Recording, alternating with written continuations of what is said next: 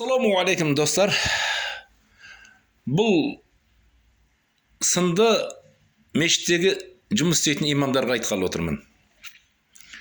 Біз мынау Қырғызстанда да көп жүреміз көбісінде. Мынау Өзбекстанда да көп жүреміз. Бірақ та сол Қырғызстанның мешіттерінде аруаққа Құран оқитын, жын шығаратын деген жері жоқ. Біздің мешіттерде жоқ қой ондай нәрселер. Бірақ намаз оқып отырған адамдардың ортасында отырып, айқайсап, не қылып жатырсың? Біз аруаққа Құран оқып жатырмыз.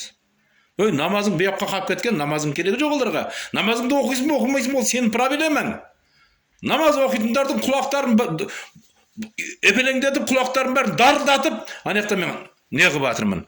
Аруаққа Құран оқып жатырмын. Еш болмаса ешік жауып қойып оқы десе, бізді көрмей қалады. Біздің Құран оқығанымыз басқаға реклама болу керек деп Құран оқып жатыр. Біз намазды қайда оқимыз енді? Анаяқта біреусі отыр, жын шығарып жатыр. Ойбай сап қатты жаңағы қатындардың ішіне кіріп кеткен жынға сұс көрсетіп, қатты оқып жатыр. Оның ішіндегі жындар естіп алғаннан кейін қатындар шыңғырып жатыр. Енді сондай нәрсе болып қалған.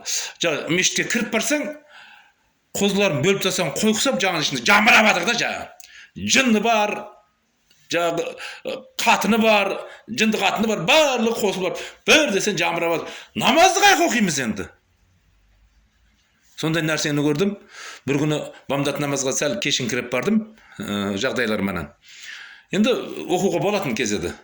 Жамағат шығып келе жатқан екен, мен кірсем, охранасы кірмейсің дейді. Неге десем, жоқ, кіруге болмайды дейді.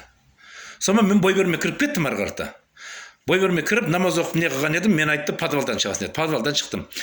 Подвалдан шығып бара жатсам, Нұралы деген ұстазбын деп қояды ғой, Нұралы жатқан екен сол жерде. Намаз өткізген сол жігіт жатқан екен. Жып-жылы жерде, арқасын төсеп.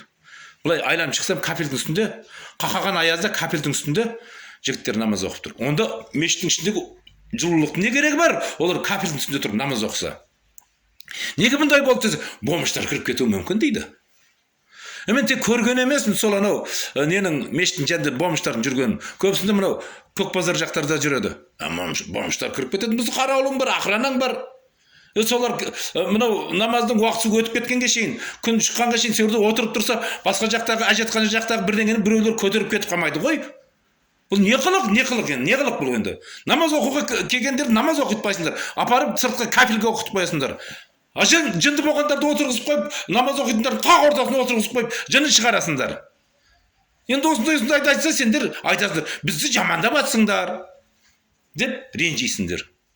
Ар жақта ғимараттар тұр ғой, бір кабинет бөліп алсыңдар. Халид бір кабинет, анау бір кабинет, мынау бір кабинет бөліп алсыңдар. Сол кабинеттің біреуін аруаққа Құран оқитын жер қылып ашып қойған, я болмаса бір кабинеттің жаңағы қатындар жынды болып қалған қатындардың жынын шығаратын жер қылып ашып қойған, аны мешітті босатыңдар.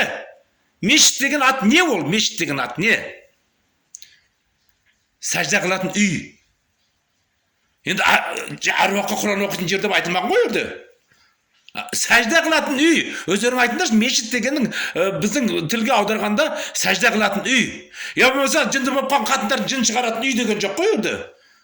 Немене алама тасыр қылып жаңағы мешіттің ішін бәрін уду қылып тастадыңдар.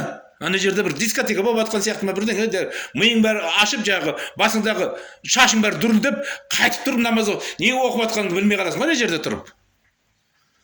Енді осыны айтса, сендер айтып жатсыңдар, бізді жамандайсыңдар деп. Біз жамандап жатқанымыз жоқ, біз айтқан істеп жатқан істеріңді жөндеп істеңдер деп жатырмыз. Ол мешіт, намаз оқитын жер. Жынды болып қалған қатындардың жынын шығаратын жер емес.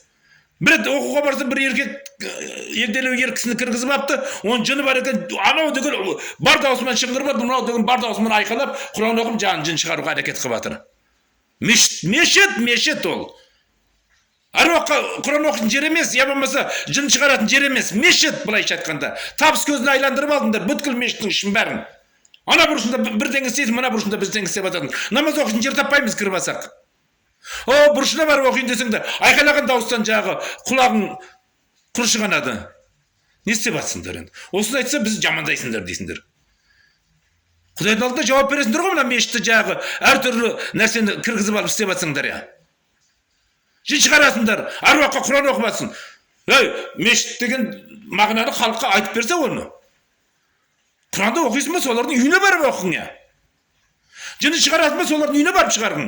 Мешітті босатқын ондай нәрселерден. Бос тұру керек мешіт ондай нәрселерден.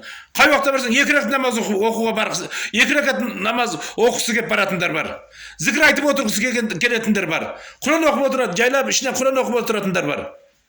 Алайдылы бір беле қылып жаңағы мешіттің ішін бәрін айқайлап тастағасыңдар. Осыны айтқалы отырмын сендерге. Ал маған ренжісеңдер, ренжи беріңдер. Мен неге ренжімеймін сендерге?